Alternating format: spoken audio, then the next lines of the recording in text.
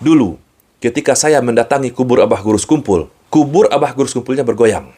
Bergetar hebat, teman-teman. Kubur Abah Guru Skumpul yang seperti kamar pengantin itu bergoyang, terbelah, keluar Abah Guru Skumpulnya. Bangkit dari kuburnya, dan mencium lutut kaki saya. Kalian bisa bayangkan, Abah Guru Skumpul bersimpuh di hadapan saya, dan mencium lutut kaki saya. Setelah Abah Guru Skumpul mencium lutut kaki saya, dia masuk lagi ke kuburnya. Abah Guru Skumpulnya bangkit dari kubur hanya untuk mencium lutut kaki saya. Siapakah mau dikubur hidup-hidup? Video barusan viral, teman-teman. Dan saya pasti ketika ada video-video seperti ini akan membahasnya. Dan pasti saya akan angkat suara juga bagaimana tanggapan saya dengan pengakuan-pengakuan halu seperti ini. Saya menyebutnya halu, yang dimana itu mengaku-ngaku sebagai wali, mengaku bertemu dengan wali fulan, dan saya menyebutnya ini sebagai suatu khurafat. Siapapun yang bercerita seperti ini pasti khurafat, teman-teman. Kenapa harus khurafat?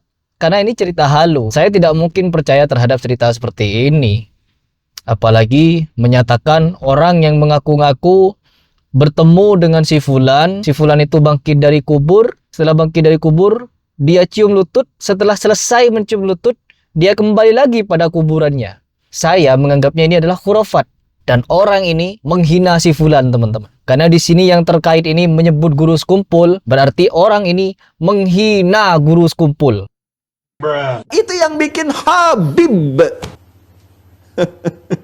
Orang tersebut yang ngaku-ngaku bertemu dengan Guru Skumpul ini ketika berziarah ke kuburnya Guru Skumpul, lalu si kumpul katanya, Guru Skumpul, Pak Guru Skumpul ini mencium lututnya, maka ini adalah suatu pengakuan yang sangat menghina Guru Skumpul, teman-teman. Ya, menghina ini karena Guru Skumpul ini waliun min auliyaillah, ya teman-teman. Di Kalimantan itu ada waliun min auliyaillahi, Guru Skumpul. Diakui sama Al-Ustadz Adi Hidayat, hafizahullah ta'ala. Sangat luar biasa kan? Bagaimana mungkin seseorang yang mulia, bangkit dari kubur hanya untuk mencium lutut? Guru Skumpul bangkit dari kubur hanya untuk mencium lutut. Kan nggak masuk akal. Seharusnya kalau bisa bangkit dari kubur, berikan penjelasan seperti apa alam akhirat itu. Sudah di mana sekarang dia? Begitu. Terlebih apabila Nabi Muhammad SAW. Apabila Nabi Muhammad SAW yang bangkit dari kubur, kan Guru Skumpul ini juga pernah bercerita khurafat tentang dirinya yang dijumpai Nabi dari bangkit kubur itu, ya. Bangkit dari kubur Nabi Muhammad SAW, lalu mencium lututnya Guru Skumpul. Seharusnya Rasulullah SAW bukan hanya sekedar cium lutut, tapi memberikan informasi yang dibutuhkan umat. Seperti bagaimana hukum ini, hukum itu, ijtihad ini, keputusan ulama yang begini dan lain sebagainya. Agar apa? Agar tidak ada perpecahan. Mana yang benar antara Salafi, Aswaja, Muhammadiyah, Persis, Al-Irsyad. Mana nih yang benar? Harusnya Nabi Muhammad SAW memberikan informasi itu, teman-teman. Kalaulah ini bukan khurafat, tapi sayangnya ini khurafat. Sebagaimana yang terjadi kepada Mas Reski Maisha Putra ini, yang mengaku-ngaku melihat kuburan Guru Skumpul goyang-goyang, terbelah, keluar dari kubur, cium lutut, lalu balik lagi ke kuburan. Ini khurafat ini. Pokoknya siapapun yang cerita hal serupa ini khurafat, teman-teman. Pendusta. Gak mungkin, ya, gak mungkin hal ini bisa terjadi. Apalagi orang mulia bangkit kubur hanya untuk perkara cium lutut. Harusnya kalau memang bisa bangkit dari kubur, ya menghentikan perpecahan itu lebih utama daripada hanya sekedar cium lutut. Saya cinta. Kalau tidak cinta nggak kena. Ya gitu ya. Karena cinta. Karena saya diperintah Allah. Tapi uniknya bangsa kita, uniknya umat Islam di Indonesia, hal seperti ini dianggap karomah. Ketika Guru Skumpul yang mengaku hal demikian terjadi kepada Nabi Muhammad SAW, kepada orang yang mulia, umat percaya. Berbondong-bondong, 4,1 juta berbondong-bondong datang ke haulnya, peringatan kematiannya. Saya yang tanggung jawab. Saya yang usul kepada Allah. Dan saya kepada guru pun. Guru nggak tanggung jawab.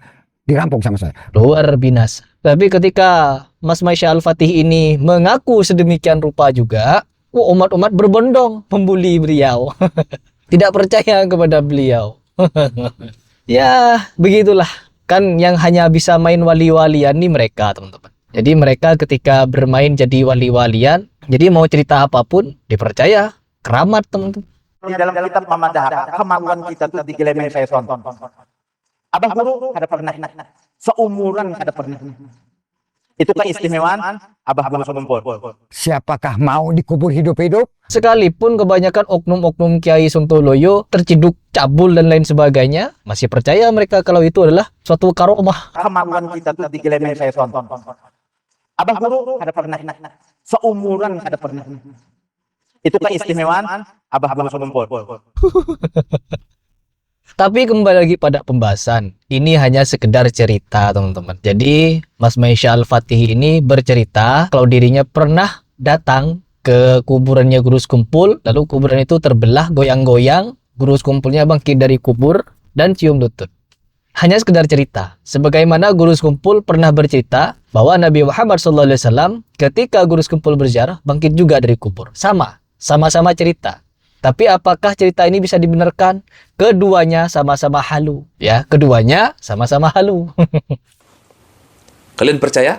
Tentu sebagian kalian mempertanyakan kisah ini. Bahkan mungkin sebagian dari kalian menyatakan ini adalah sebuah penghinaan yang besar kepada Abah Gurus Kumpulnya. Kalian marah kepada saya.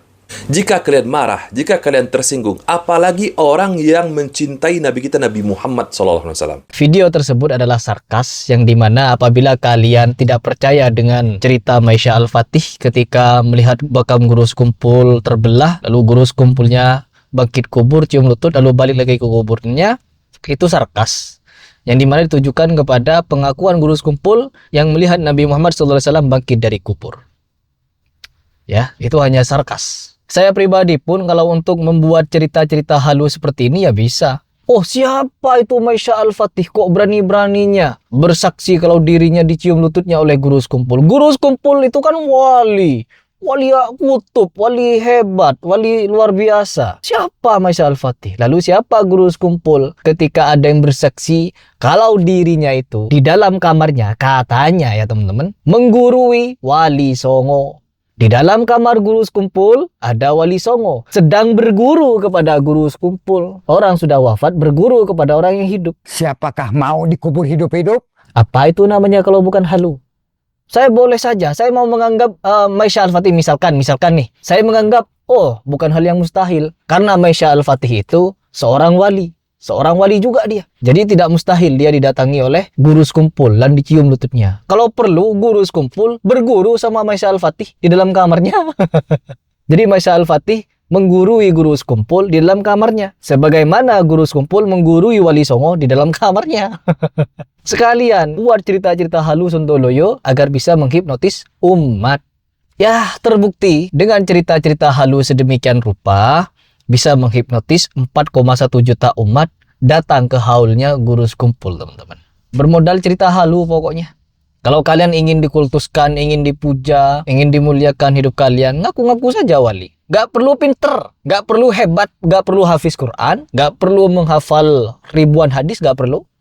Cukup kalian itu pura-pura gila, pura-pura Sontoloyo, wali kalian di Indonesia. Mulia, ludah kalian dibeli. Ya Allah, Indonesia ini darurat ya. Indonesia darurat. Tauhid sangat-sangat darurat. Jadi saya pribadi di sini mengajak kalian untuk berpikir ya, bukan untuk membenci. Karena yang saya bantah bukan orangnya, tapi fatwanya, ceritanya, takhayulnya, bid'ahnya, khurafatnya, dan nyanyanya yang lain, itu yang kita bantah.